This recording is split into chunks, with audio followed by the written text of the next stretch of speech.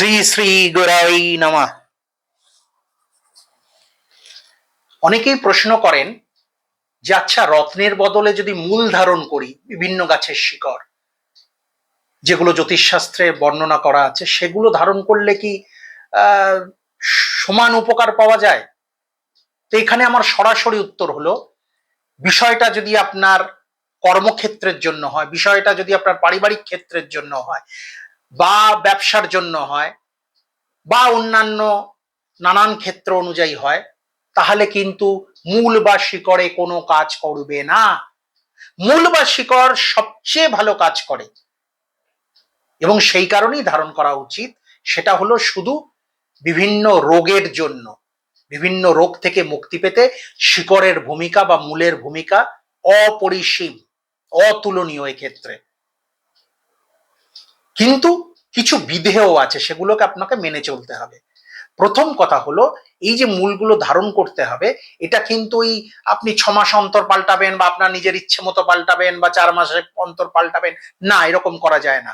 মূল যদি আপনি ধারণ করেন বা শিকড় যদি আপনি ধারণ করেন, সেক্ষেত্রে প্রতি সপ্তাহে, ভালো করে শুনুন, নেল ইট, প্রতি সপ্তাহে কিন্তু আপনাকে মূল পাল্টাতে হবে। প্রতি সপ্তাহে। মানে আজকে যদি বৃহস্পতির জন্য আপনি বামনহাটির মূল নেন, তাহলে সেটা কিন্তু পরের বৃহস্পতিবার খুলে রেখে আবার নতুন বামনহাটের মূল আবার ধারণ করতে হবে। এবার এই যে পুরনোগুলো খুলে রাখছেন, এগুলো কিন্তু যত্রতত্র কিন্তু ফেলা যাবে না। এগুলোকে গঙ্গা বা প্রবাহমান কোনো জলে এগুলোকে ফেলতে হবে, ভাসিয়ে দিতে হবে, পুকুরেও ফেলা যাবে না। এবার আপনি বলবেন যে তাহলে কি আমি প্রতি সপ্তাহে গঙ্গা যাব, না প্রতি সপ্তাহে কোনো নদীতে যাব? না, প্রতি সপ্তাহে আপনাকে যেতে হবে না। আপনি 6 মাস অন্তর তো যাবেন, 1 বছর অন্তর যাবেন। তো আপনি একটা পলিপ্যাকে, আপনি যেটা খুলে রাখছেন, সেটা সেই পলিপ্যাকে জমাতে থাকুন। আপনি যবে যাবেন, যখন যাবেন কোনো নদীতে বা গঙ্গায়, তখন গিয়ে সেইখানে এটা প্রবাহ করে দেবেন, জল প্রবাহ করে দেবেন। ঠিক আছে? মোদ্দা কথা, যেখানে সেখানে বা পুকুরে কিন্তু ফেলা যাবে না। তৃতীয়ত, এটা আবার কখনো করবেন না যে, সাপোজ ধরুন আপনার শ্লেষ্মা ঘটিত রোগে আপনি দুর্বিষহ কষ্ট পাচ্ছেন, আপনি চন্দ্রের জন্য ক্ষীরিকা মূল ধারণ করলেন, খুব ভালো কথা। তা বলে আপনি মেডিসিন ছেড়ে দিলেন, এটা করবেন না।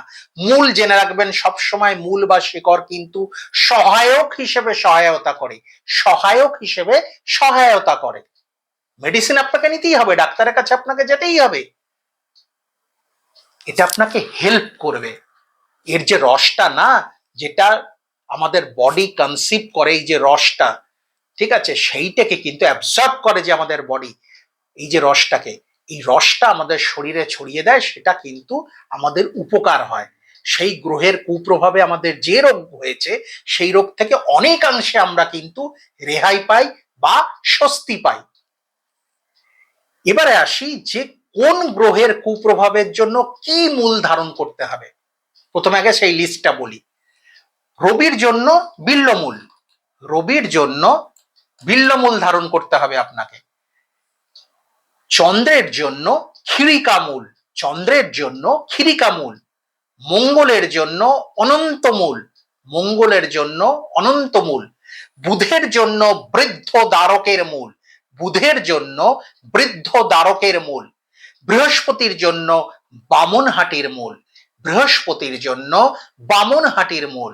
শুক্রের জন্য রামবাসকের মূল, শুক্রের জন্য রামবাসকের মূল। শনির জন্য শ্বেত বেরেলার মূল, শনির জন্য শ্বেত বেরেলার মূল। রাহুর জন্য শ্বেত চন্দনের মূল, রাহুর জন্য শ্বেত চন্দনের মূল। আর কেতুর জন্য অশ্বগন্ধা মূল, কেতুর জন্য অশ্বগন্ধা মূল। এ তো গেল মূল। এবার কোন রঙের সুতলি দিয়ে কোন হাতে ধারণ করবেন, সেটাও একটা বড় বিষয়। তো আমি সেগুলো বলে দিচ্ছি। রবির জন্য লাল সুতো, রবির জন্য লাল সুতো দিয়ে, রবির জন্য বিল্বমূল ডান হাতে ধারণ করবেন, ডান হাতে। চন্দ্রের জন্য ক্ষীরিকামূল এবং শুক্রের জন্য রামবাসকের মূল। এই দুটো সাদা সুতলিতে, এই দুটো বাম হাতে ধারণ করবেন, বাহুতে, বাম হাতের বাহুতে ধারণ করবেন। কি হলো? চন্দ্রের জন্য ক্ষীরিকামূল এবং শুক্রের জন্য রামবাসকের মূল সাদা সুতলিতে এখানে বাম হাতে ধারণ করবেন। আচ্ছা, এবার মঙ্গলের জন্য অনন্তমূল, সেটাও কিন্তু ডান হাতে লাল সুতোতে ডান বাহুতে ধারণ করবেন, অনন্তমূল লাল সুতোতে ডান বাহুতে। বুধের জন্য বৃদ্ধ দ্বারকের মূল, বুধের জন্য বৃদ্ধ দ্বারকের মূল, এটাও সবুজ সুতোতে ডান বাহুতে ধারণ করবেন, সবুজ সুতোতে ডান বাহুতে বৃদ্ধ দ্বারকের মূল বুধের জন্য।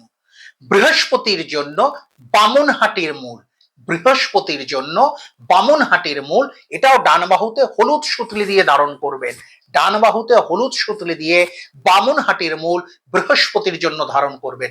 শুক্রের জন্য আগেই বললাম রামবাসকের মূল সাদা সুতলিতে বাম বাহুতে। শনির জন্য শ্বেত বেরেলার মূল, শনির জন্য শ্বেত বেরেলার মূল নীল সুতোতে, শনির জন্য শ্বেত বেরেলার মূল নীল সুতোতে ডান বাহুতে ধারণ করবেন।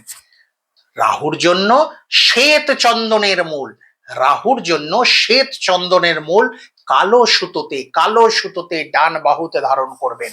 কেতুর জন্য অশ্বগন্ধা মূল, কেতুর জন্য অশ্বগন্ধা মূল ওই কালো সুতোতে ডান বাহুতে ধারণ করবেন।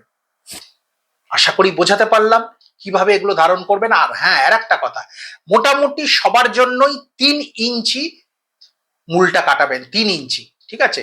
যেখান থেকে কিনবেন এগুলো বিভিন্ন রেল স্টেশনে অ্যাভেলেবেল, এছাড়া শিয়ালদা স্টেশনের বাইরে বেরিয়ে আপনি পেয়ে যাবেন, মানে শিয়ালদা স্টেশন থেকে টুয়ার্ডস আপনি মৌলালির দিকে যাচ্ছেন, শিয়ালদা স্টেশনের বাইরে বেরিয়ে আপনি টুয়ার্ডস যদি মৌলালির দিকে যান তো রাস্তার বাঁ দিকে দেখবেন এরকম মূল বিক্রি হচ্ছে। এছাড়া বিভিন্ন রেল স্টেশনে পাওয়া যায়, আপনার কাছের যে রেল স্টেশন সেখানে গেলেও পেয়ে যাবেন। এছাড়া আরো অনেক জায়গায় পাওয়া যায়, যেমন যাদবপুরে রেল স্টেশনেও পাওয়া যায়, আবার 8B বাস স্ট্যান্ডেও কিন্তু পাওয়া যায়। 8B বাস স্ট্যান্ডের আশেপাশে খোঁজ নেবেন, দেখবেন ওখানেও কিন্তু বিভিন্ন মূল বিক্রি হচ্ছে। মানে আমি বলছি যাদবপুর ইউনিভার্সিটির ঠিক উল্টো দিকে, ঠিক আছে? এরকম বিভিন্ন জায়গায় পাওয়া যায়, বিভিন্ন লোকালিটিতে পাওয়া যায়, আপনি খোঁজ নেবেন যে কোথায় পাওয়া যাচ্ছে। আর যেটা বিষয়, এটা কিন্তু প্রতি সপ্তাহে পাল্টাতে হবে, ঠিক আছে? প্রতি সপ্তাহে মনে করে যে গ্রহের জন্য যেটা ধারণ করছেন, কোন গ্রহের জন্য কি ধারণ করছেন সেই বারে, রবির জন্য রবিবারে, চন্দ্রের জন্য সোমবারে, মঙ্গলের জন্য মঙ্গলবারে, বুধের জন্য বুধবারে, বৃহস্পতির জন্য বৃহস্পতিবারে, শুক্রের জন্য শুক্রবারে, শনির জন্য শনিবারে, রাহুর জন্য শনিবারে, কেতুর জন্য মঙ্গলবারে। এই জায়গাটা ভালো করে মনে রাখবেন, রাহুর জন্য শনিবারে আর কেতুর জন্য মঙ্গলবারে, কারণ কেতুকে বলা হয় কুজবৎ, অর্থাৎ কুজো মানে হলো মঙ্গল, মঙ্গলের মতো, তাই কেতুর যখন ধারণ করবেন সেটা মঙ্গলবার, আর রাহুর জন্য শনিবারে। আশা করি বোঝাতে পারলাম। তবে আবার বলছি, এইগুলো কিন্তু সহায়ক হিসেবে কাজ দেয়, কখনো ডাক্তারের কাছে না গিয়ে এগুলো খাবেন না, মানে ও ডাক্তারের ওষুধ না খেয়ে, সরি, ডাক্তারের প্রদত্ত ওষুধ না খেয়ে, ডাক্তারের প্রেসক্রাইবড ওষুধ না খেয়ে শুধু ভাববেন না যে এগুলো ধারণ করলেই কাজ হয়ে যাবে। এগুলো কিন্তু সহায়ক হিসেবে সাহায্য করে থাকে, সহায়ক হিসেবে সাহায্য। এর যে রসটা না, হ্যাঁ, আর বডি টাচ করে, যেন এমন ভাবে বাঁধবেন যেন বডি টাচ করে সেই মূলটা, কারণ ওই যে রসটা না, সেটা শরীর অ্যাবজর্ব যত করবে তত আপনার সেই রোগ জ্বালা থেকে মুক্তির সম্ভাবনা প্রবল হবে।